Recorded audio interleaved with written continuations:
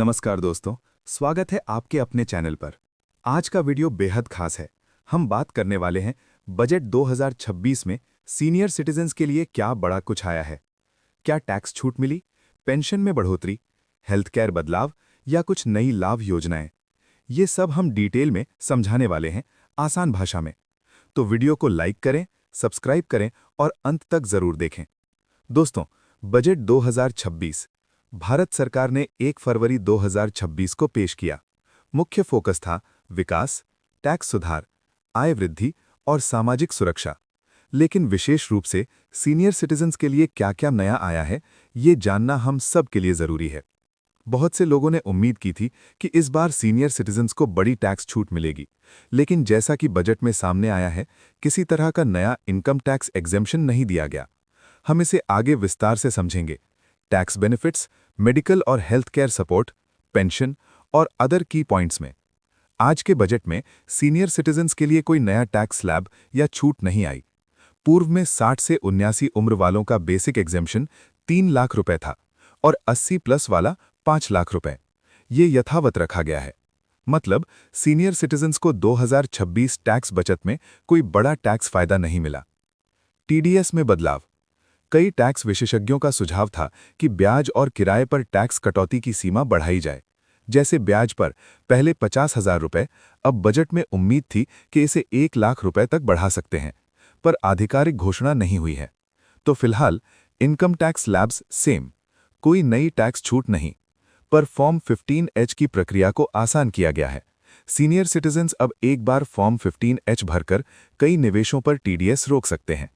तो टैक्स के मामले में ये बजट सीनियर सिटीजन्स को बड़ा लाभ नहीं देता, लेकिन कुछ एडमिनिस्ट्रेटिव राहत जरूर मिलती है। हेल्थ केयर और मेडिकल सपोर्ट। अब बात करते हैं हेल्थ बेनिफिट्स या मेडिकल सपोर्ट की। आजकल बुजुर्गों को चिकित्सा खर्च सबसे बड़ा बोझ लगता है।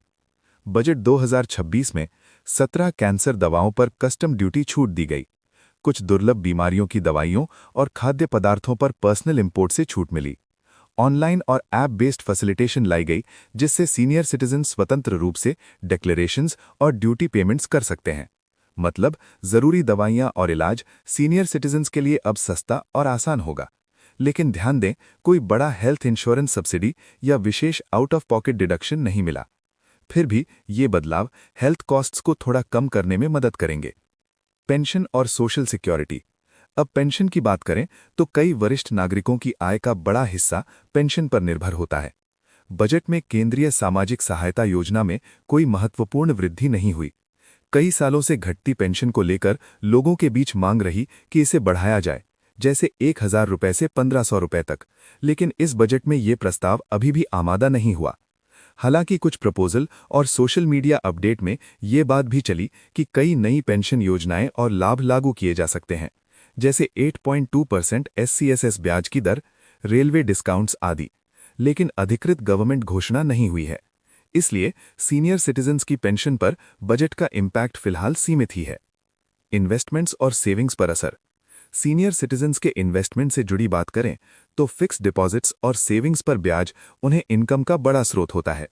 एक्सपर्ट्स की राय है कि सेक्शन 80 TTB में वृद्धि होना चाहिए, जैसे 50,000 रुपए से 1 लाख रुपए तक, ताकि FD इंटरेस्ट पर टैक्स रिलीफ मिल सके।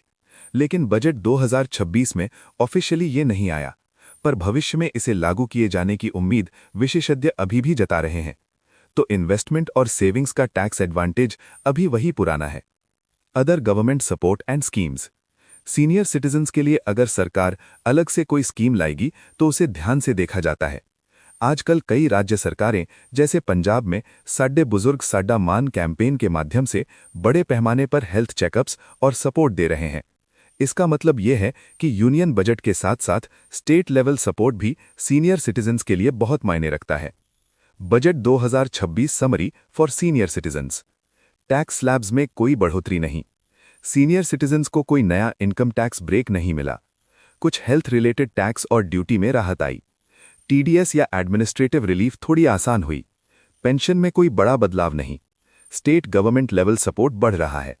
कुल मिलाकर हार्दिक राहत तो थोड़ी दिख रही है, लेकिन बड़े टैक्स ब्रेक्स या पेंशन बूस्ट नहीं मिले। दोस्तों, अगर आप सीनियर सिटीजन हैं या आपके परिवार में कोई बुजुर्ग हैं, तो ये बजट उनके लिए मिला जुला रहा। सहायता जरूर है, लेकिन उम्मीद से थोड़ा कम भी है। अगर आपने कोई ऑफिशियल नोटिफिकेशन या नई जानकारी पाई है तो हमें कमेंट में ज़रूर बताएं।